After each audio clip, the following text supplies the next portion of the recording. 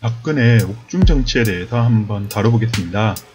지난 수요일 박근혜 전 대통령의 첫 측근이라고 할 수 있는 유영하 변호사는 국회 정론관에서 한 편지를 읽어 내려갑니다.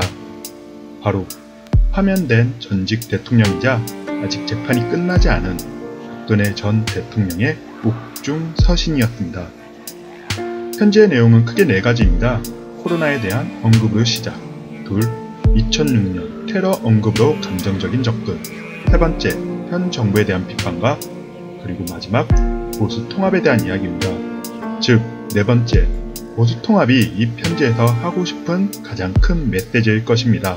편지를 쓴 사람의 급이 있는 만큼 이 편지는 정치권 사회적 파장을 낳았고 전직 대통령이 선거를 앞두고 바람직한 모습인지에 대한 문과 함께 보수이익 세력의 통합을 위한 행보라는 시선이 갈리고 있습니다. 저는 기본적으로 우리나라에서 대통령의 정치 참여의 시선이 지나치게 보수적이라는 생각을 하는 편입니다.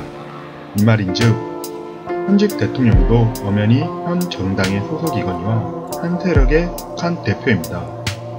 물론 대통령이라는 자리가 시야를 더욱 넓게 가져야 하는 만큼 모든 국민을 포용해야 함은 바람직하지만, 그렇다 하여도 대통령이라 하여 선거에 대해 혹은 전직 대통령이라 하여도 현황 참여 자체에 한마디씩 하는 모습을 비판적으로만 바라보지는 않습니다. 다만 대통령이라는 자리가 가벼운 자리가 아닌 만큼 그 한마디에 따른 파급력을 생각하자면 이 말에 담긴 메시지, 그리고 그 메시지가 나올 시기, 즉 정무적 판단에 따른 평가가 더 중요하다고 보니까요. 마찬가지입니다. 박근혜 전 대통령은 이전의 다른 대통령과는 다른 파면된 전직 대통령입니다. 정상적으로 퇴임한 다른 대통령들에 비해 경비, 경호를 제외한 나머지 예우에서는 다른 대우를 받을 것이니와 2심까지 진행된 법원의 최종 판단에 따라 국정농단에 대한 죄를 받아야 할 것입니다.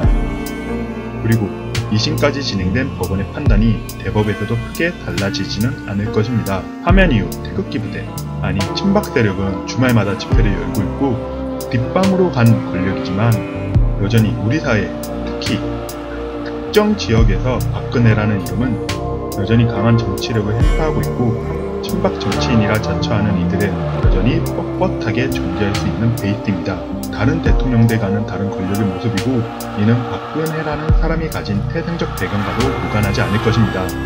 하지만 박근혜 전 대통령은 여전히 본인의 국정농단을 인정하지 않고 재판에도 비협조적이었습니다. 같은 결로 보수우익이라 자처하는 이들도 지난 잘못에 대한 반성 하나 없이 대로 더 큰 목소리로 독재정부라 하며 비난하며 몸집 불리기에만 급급하고 있습니다.